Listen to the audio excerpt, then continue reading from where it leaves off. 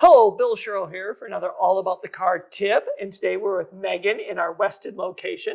And it's camper season, I think. It is. So, we look all forward to it every year. Mm-hmm. So typically, what are the things that we're seeing to come in for people to get their camper ready for summer travel and camping?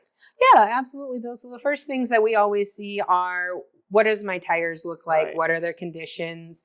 Yep. Usually, and then the second request we always have is to check people's bearings on their camper to make sure that those are tight and don't need to be serviced. There's no issues with them, so they don't get left somewhere on the side of the road. So why would I have to look at my tires since I don't I normally go camping and I don't go very far. Well, and that's the thing is we tend to forget about those tires because Right. we're in our car every day. We're using those tires every day. Right, So it's right in front of us. The issue is we have our campers, our boats. We put those away. Those are all Right. seasonal items. And when we forget is the rubber still takes wear and tear, Got it. whether it's on the road or off. So what happens is that rubber starts to dry out and those tires actually age out before we actually use them up.